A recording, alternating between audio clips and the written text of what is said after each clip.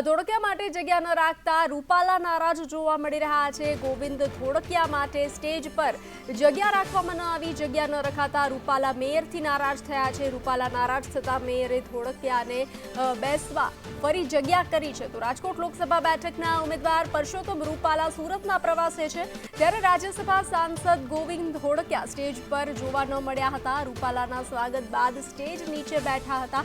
તો સુરત મેયર દ્વારા રાજ્યસભાના સાંસદ ગોવિંદ ધોળકિયા માટે બેસવા માટે જગ્યા કરવામાં આવી। આજ મુદ્દે જોડાઈ ચૂક્યા છે સંવાદદાતા મનીષ। જી મનીષ, શું છે વધુ વિગતો?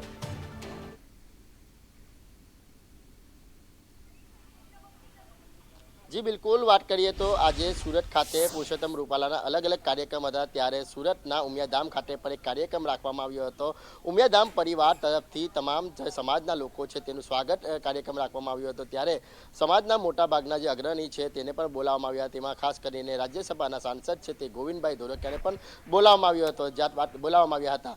જ્યારે ગોવિંદભાઈ ધોળકિયાનો જ્યારે નંબર આવ્યો હતો ત્યારે સ્ટેજ પર કોઈ પણ પ્રકારની બેસવાની વ્યવસ્થા કે જગ્યા નહીં રાખવામાં આવી હતી, ત્યારે જ્યારે પુરુષોત્તમ રૂપાલાએ જોયું હતું કે ગોવિંદભાઈ ધોળકિયા માટે કોઈ પણ બેસવાની વ્યવસ્થા નથી।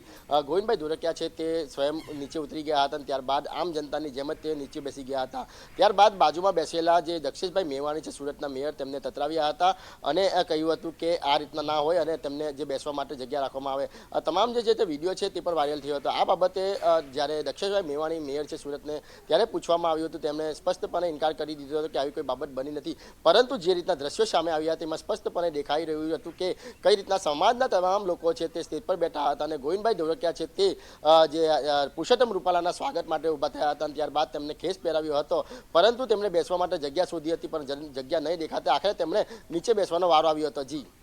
જી મનીષ, સમગ્ર જાણકારી સાથે જોડાવા બદલ આભાર।